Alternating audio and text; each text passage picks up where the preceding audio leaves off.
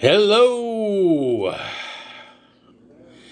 Today we're going to be making some fried chicken on Uncle Al's barbecue. And I got to tell you this, folks. I've eaten fried chicken basically all over the world. I've been to the other side of the world over there. So let me show you what I'm doing today. You got your traditional kernel, Southern style. That right there is Filipino. And this big old bot one, check this one out. You don't see that on your shelf every day, do you? Check it on out. Japanese.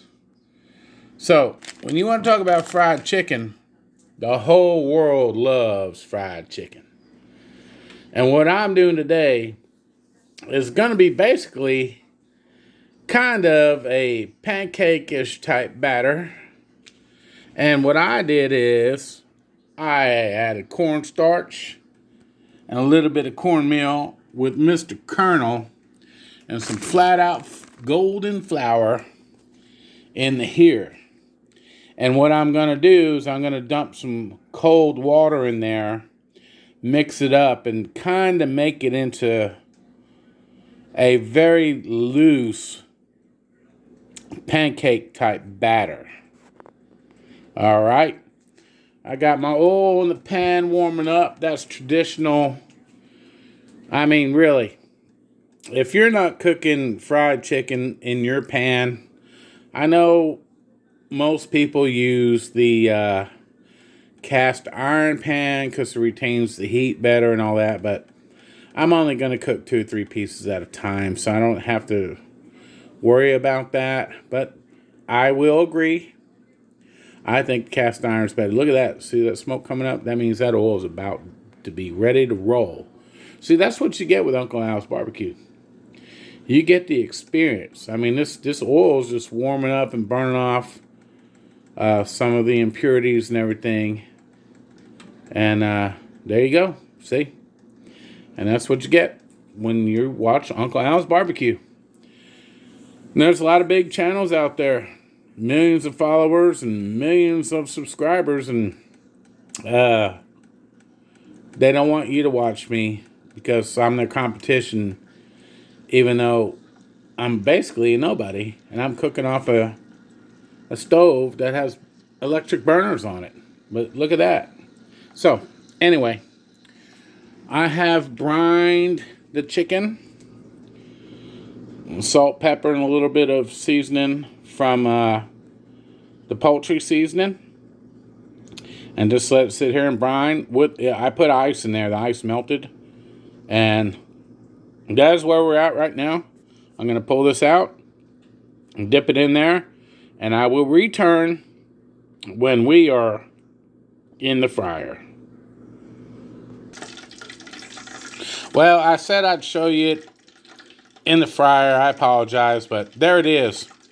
There's my pancake batter type. That's a thigh in there. I put the toothpick in there to make sure we can hold the skin in place. So that is what it looks like. It's basically a pancake type batter. And that's what they do, like in Korea and stuff. So this isn't Southern fried. This is different fried. But I'm telling you, it's phenomenal. So let's get these things laid down in the oil.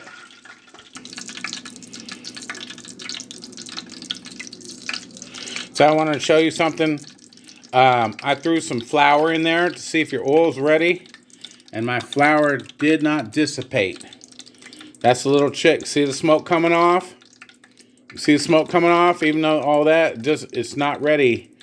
You always see the people, they toss in a little flour, and if the flour runs to the edge of your pan, kind of burns up, then it's ready. Right now, even though this is smoking, it is not ready. So maybe that's another trick that you don't know and Uncle Al's barbecue just showed you.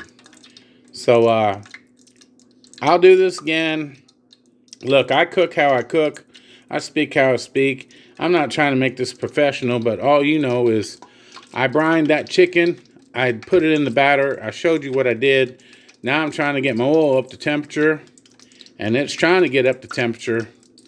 And when it is, I'll toss a little bit of that flour in there. I'll show you what I'm talking about, and then we'll get to frying. All that smoke is a little bit of the edge ring and the oven burning some of it off. And that's just the way it is. When you cook fried chicken, get ready. It's going to be a little bit of a mess. But man, is it so good when it's done. Okay, folks, here we go. See that?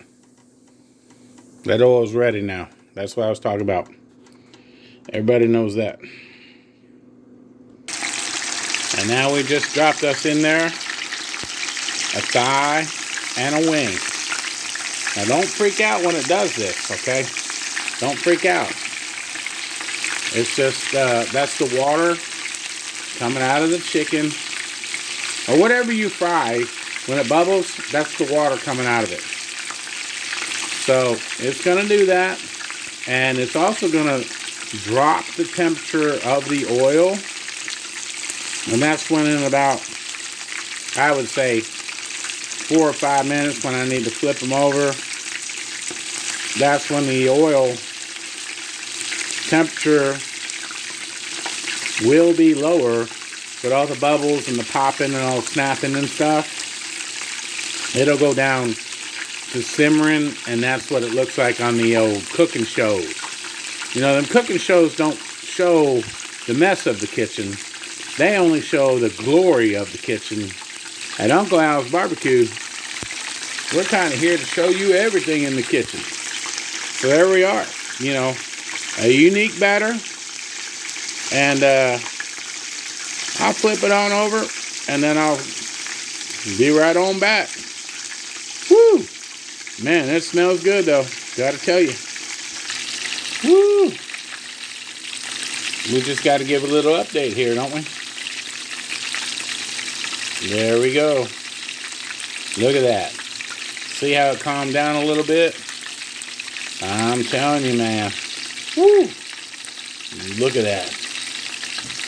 Oh, yeah. Oh, yeah. See how it's slowing down? You can hear it slowing down.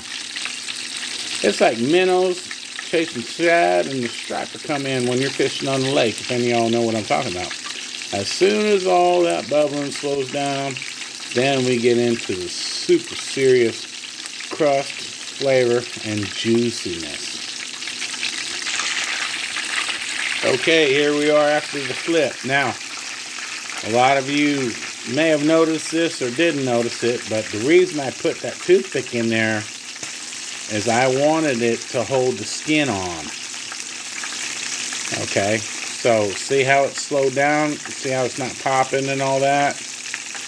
This is where the cooking is. You can smell it. I wish you were here. And after that, I'll flip it over here in a little bit, and I'll pull that toothpick out and finish it. The toothpick was just strictly to hold the skin in place. And they do that on barbecue too.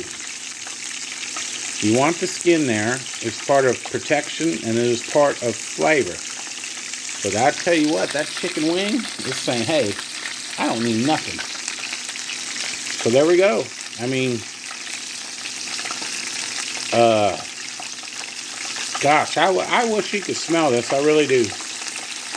And this chicken is just being a big old fat batter.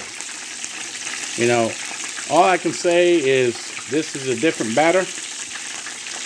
And it's a thick batter. It's light and fluffy. It looks big, but it's not dense. And that's the difference between a lot of southern chicken and all that. They'll do the double bread and this and the buttermilk. You know, you got like a concrete barrier over your chicken when you bite into it, which I like all of it. Not this one. This is basically a batter for cod and shrimp and stuff like that, but I put it onto the chicken. I added a little cornmeal to make it a little bit heavier, but this is unique, and you will never ever have this anywhere unless you follow my recipe. And that's the bottom line. You will never eat this chicken anyway. Alright, let's let it cook and flip it around a little bit. Alright, we're back here and doing that, what I talked about. Pulled that toothpick out and letting it do its business and all that, slow down. But here's one trick you don't know. A lot of the Asian places of what I did is basically I'm trying to make this a Korean fried chicken. Is I'm going to pull it out, I'm going to let it rest for about 5-10 minutes, and then I'll refry it because you don't want to burn the crust.